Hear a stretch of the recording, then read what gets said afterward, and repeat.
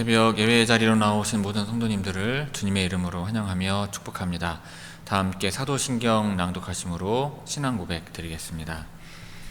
전능하사 천지를 만드신 하나님 아버지를 내가 믿사오며 그 외아들 우리 주 예수 그리스도를 믿사오니 이는 성령으로 잉태하사 동정녀 마리아에게 나시고 본디오 빌라도에게 고난을 받으사 십자가에 못 박혀 죽으시고 장사한 지 사흘 만에 죽은 자 가운데서 다시 살아나시며 하늘에 오르사 전능하신 하나님 우편에 앉아 계시다가 저리로서 산 자와 죽은 자를 심판하러 오시리라. 성령을 믿사오며 거룩한 공예와 성도가 서로 교통하는 것과 죄를 사하여 주시는 것과 몸이 다시 사는 것과 영원히 사는 것을 믿사옵나이다. 아멘. 다 함께 찬송가 212장 겸손히 주를 섬길 때 찬송하시겠습니다.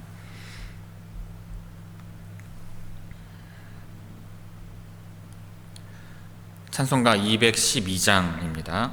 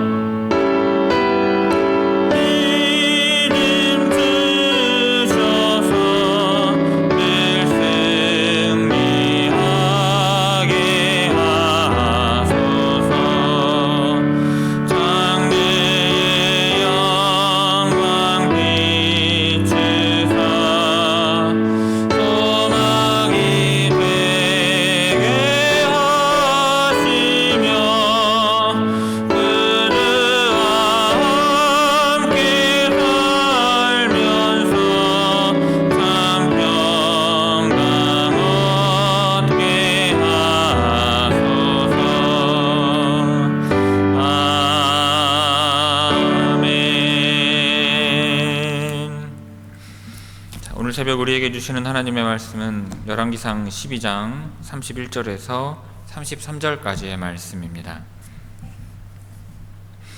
구약성경 열왕기상 12장 31절에서 33절의 말씀입니다.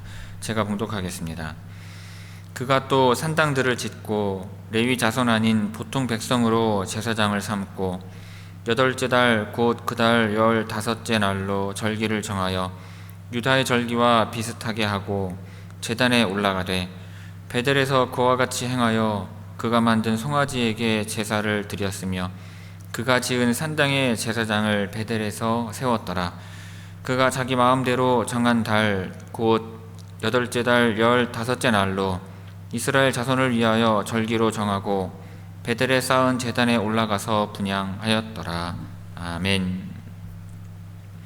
이 새벽 말씀을 통해 주시는 은혜가 충만하게 임하기를 바랍니다.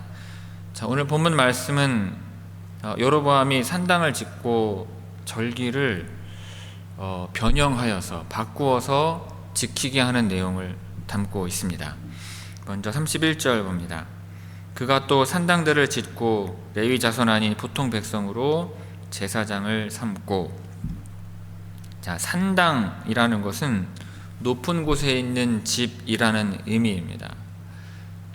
제사를 위해서 외부에 준비한 성소로서 산 위뿐만 아니라 성읍들과 골짜기에도 산당들이 무수히 많이 있었습니다. 이러한 산당은 하나님께서 말씀하신 중앙 성소의 원리를 훼손시킬 뿐만 아니라 종교가 섞일 위험, 즉 종교 혼합주의의 위험이 높았기 때문에 하나님께서는 이를 금지하셨습니다. 그럼에도 불구하고 여로보암이 산당들을 세운 이유는 자신의 왕권이 위태로워지는 것을 방지하기 위함인 것입니다. 자신의 백성들이 제사를 드리러 굳이 예루살렘까지 가지 않도록 하여서 민심이 이탈되는 것을 막고 이 왕국이 분단된 것을 고착화하기 위한 것이었습니다. 여로보암은 이러한 자신의 행동이 지혜로운 행동이며 자신의 왕조와 북이스라엘 왕국을 견고하게 하는 것이라고 믿었을 것입니다. 하지만 이 같은 결정은 하나님의 경로를 불러왔고요. 그 결과 1차적으로 자신의 집이 하나님의 심판을 받게 됩니다. 더 나아가서 이 죄악이 뿌리가 되어서 자신이 바르게 세워나가야 했던 북이스라엘 왕국마저 멸망하는 결과를 초래하고 마는 것입니다. 그리고 보통 백성으로 제사장을 삼았다는 말씀은 일반 백성으로 제사장을 삼음으로 하나님께서 정하신 거룩한 이 제사장 제도를 망가뜨렸다는 것입니다. 율법에는 오직 레위 지파의 아론 자손만이 제사장직을 수행할 수 있음을 밝히고 있습니다. 그럼에도 불구하고 여로보암이 이처럼 원하는 사람이면 누구나 제사장으로 받아준 것입니다. 이것은 1차적으로 기존에 있던 제사장들이 여로보암의 종교 정책에 반대하면서 아마도 많은 무리가 남유다로 내려갔기 때문입니다. 그리고 남아있는 제사장들을 등용하면 그들을 통하여서 여로보암의 잘못된 여로보암의 그 잘못된 이 종교 정책이 이스라엘 백성들에게 알려질 수 있었기 때문입니다. 즉 백성들에게 율법을 가르치는 일도 수행했던 제사장들이 그 제사장의 직무를 계속 해나가면 하나님의 율법을 제대로 가르치게 될 것이고, 그럴 경우 이 여로보암이 세운 정책이 잘못됐음을 모든 백성들이 깨닫게 되는 것입니다. 그래서 여로보암은 정통성을 지닌 레위지파 출신의 제사장들은 모두 그 직분에서 해임을 하고 하나님의 율법에 대해 무지하고 자기의 종교 정책에 동조하는 자들로 그 자리를 채웠던 것입니다. 이러한 여로보암의 정책에 따라 북이스라엘 백성들은 종교적으로 더욱더 우민화되어서 계속해서 잘못된 제사를 드리게 된 것입니다. 32절 봅니다. 8째 달 곧 그 달 15째 날로 절기를 정하여 유다의 절기와 비슷하게 하고 제단에 올라가되 베델에서 그와 같이 행하여 그가 만든 송아지에게 제사를 드렸으며 그가 지은 산당의 제사장을 베델에서 세웠더라. 자, 이 32절은 이 여로보암의 종교 정책이 의도적이고 치밀한 계획하에 이루어졌음을 보여줍니다. 자, 여기서 유다의 절기는 한 해의 추수를 기념하는 축제인 장막절을 말합니다. 자, 율법에 명시되어 있는 바에 따르면 이 장막절은 그 정해진 날짜를 따라서 7월 15일에 지켜야 했습니다. 그러나 여로보암은 그것을 무시하고 그로부터 한 달 후인 8월 15일로 장막절을 정했어요. 여로보암이 다른 절기에 비해서 이 장막절의 날짜만 이처럼 한 달 뒤로 정한 것은 종교적인 제의는 모방하면서 한편으로는 백성들의 현실적인 편의를 도모하기 위한 것입니다.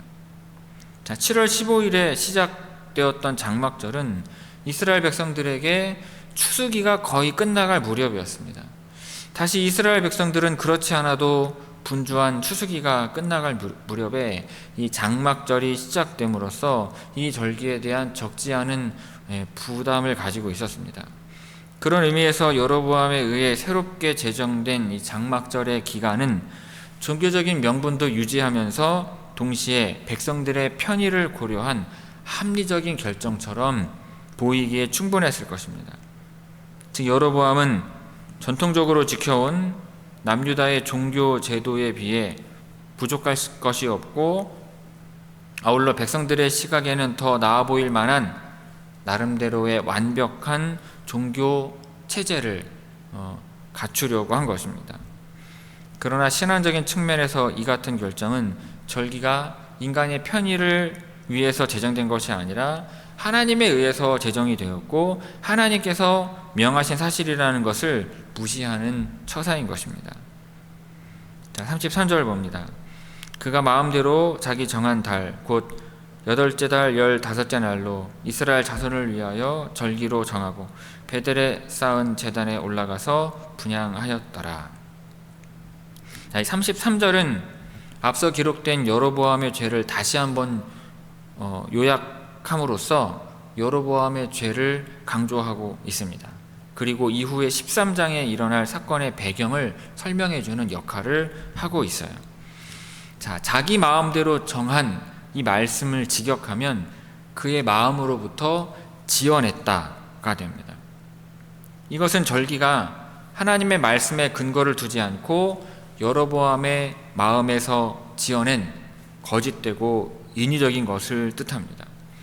이 같은 결정은 진리와는 거리가 먼 사사로운 그의 생각의 산물이라 할 수 있는 것입니다. 그런데 이러한 생각은 하나님의 분노를 사게 되었고 결국 멸망에 이르는 지름길이 되고 마는 것입니다. 아울러 이처럼 하나님의 뜻을 무시한 그의 인본주의적인 결정은 그 자신뿐만 아니라 그의 결정을 따르는 모든 사람들 역시 심판의 대상이 되게 만든 것입니다. 이 또한 33절 내용을 더 보면 여로보암이 직접 제단에 올라가서 분향하였음을 알 수 있습니다. 하지만 하나님께서는 그 당사자가 왕이라 할지라도 제사장 이외에는 직접 제사를 올리는 행위를 금지하셨습니다. 그럼에도 불구하고 여로보암 자신이 직접 제사를 올리고자 하였던 이유는 이 새로운 종교 질서를 정착시키기 위한 그의 솔선수범으로 보여집니다. 또한 이것은 왕이 직접 제사를 집전했던 애굽의 영향을 받았기 때문이라고도 할 수 있을 것입니다. 애굽의 통치자인 바로는 신의 아들로 추앙을 받았고 최고의 제사장으로서 제사를 집전하였습니다. 꽤 오래 있었죠, 여로보암. 애굽에서 그렇게 오랫동안 생활했던 여로보암은 이러한 애굽의 제도를 모방하여서 왕은 정치와 종교 모든 분야에서 최고라는 사실을 백성들에게 가르치고자 하였을 것입니다. 자, 31절에서 33절까지 우리 함께 읽도록 하겠습니다. 31절에서 33절입니다. 그가 또 산당들을 짓고 레위 자손 아닌 보통 백성으로 제사장을 삼고 8째 달 곧 그 달 15째 날로 절기를 정하여 유다의 절기와 비슷하게 하고 제단에 올라가되 베델에서 그와 같이 행하여 그가 만든 송아지에게 제사를 드렸으며 그가 지은 산당의 제사장을 베델에서 세웠더라. 그가 자기 마음대로 정한 달 곧 8째 달 15째 날로 이스라엘 자손을 위하여 절기로 정하고 베델에 쌓은 제단에 올라가서 분향하였더라. 아멘. 성도 여러분, 본문에 보면 여로보암이 자기 마음대로 절기를 지킬 것을 정하고 자기가 직접 제단에 올라가 분향하는 것을 볼 수 있습니다. 애굽에 있는 동안 바로의 행사를 보아온 여로보암은 자기가 이스라엘의 왕이 되자 적극적으로 그 일을 따라했던 것입니다. 그런데 이러한 행동은 자신을 절대화하고 신격화하는 의도가 내포되어 있는 것입니다. 그래서 그는 신앙의 전통을 무시하고 자기 마음대로 단을 세우고 절기를 새롭게 정하고 제사 규정까지 자기가 세운 규례를 따라 제사장까지 자기가 세운 규례를 따라 임명하기에 이른 것입니다. 근데 이러한 모든 여로보암의 행위는요, 전적으로 하나님께만 속하여서 누구도 침해할 수 없는 신앙적인 영역까지 자기가 통제할 수 있다고 생각하는 교만에 근거한 것입니다. 하지만 여로보암이 이처럼 하나님의 말씀까지 완전히 무시하며 자신을 절대화하고 신격화한다고 해서 정말 그렇게 높아졌겠습니까? 아닙니다. 오히려 정반대였죠.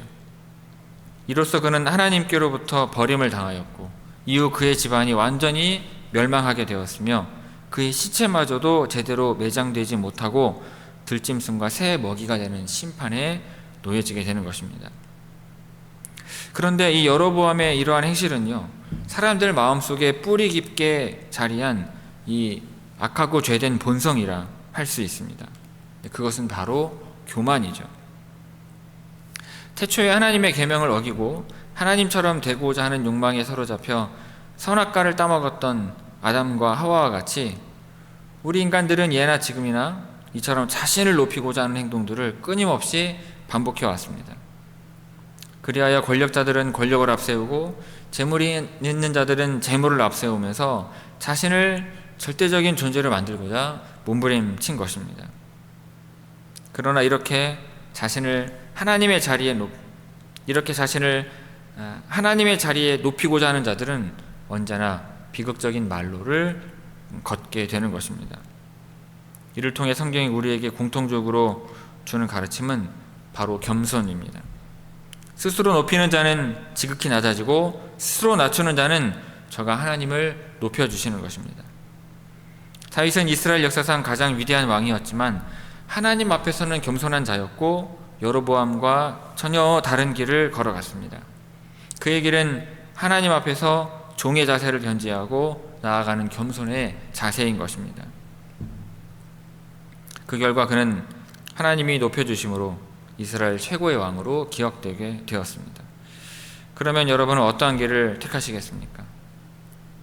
다윗이 걸었던 것처럼 영예롭고 축복된 길을 선택하시기를 바랍니다. 그리고 그 길을 끝까지 가는 여러분들 되시기를 이 시간 주님의 이름으로 축원합니다. 기도하겠습니다. 사랑이 많으시고 은혜가 풍성하신 아버지 하나님, 주님, 오늘 우리에게 주시는 그와 같은 말씀을 통하여서 하나님을 섬기기를 내가 원하는 방식대로 나의 마음대로 하나님을 섬기는 것이 아니라 하나님의 말씀을 사모하여 알아가는 가운데 하나님께서 뜻하신 바대로 말씀하신 바대로 하나님 주 앞에 나와 예배를 드릴 수 있는 제 성도들 되게 하여 주옵소서. 오늘도 간절한 간구와 바램들을 가지고 주 앞에 나온 성도들 하나님 불쌍히 여기시고 긍휼히 여기셔서 하나님 우리 주님의 뜻 가운데에서 그 모든 기도에 응답하여 주시는 은총 더하여 주옵소서. 오늘도 주 앞에 나와 육신의 질병 치유를 위하여 기도하는 성도들 기억하여 주옵시고 하나님 함께 하심으로 말미암아 육신의 그 모든 고통과 아픔들을 제거하여 주옵시고 온전히 회복하게 하시는 은총을 주 앞에 나와 기도하는 모든 성도들에게 하나님 부으시고 허락하여 주옵소서. 감사드리오며 이 모든 말씀 예수님의 이름으로 기도 올리옵나이다. 아멘.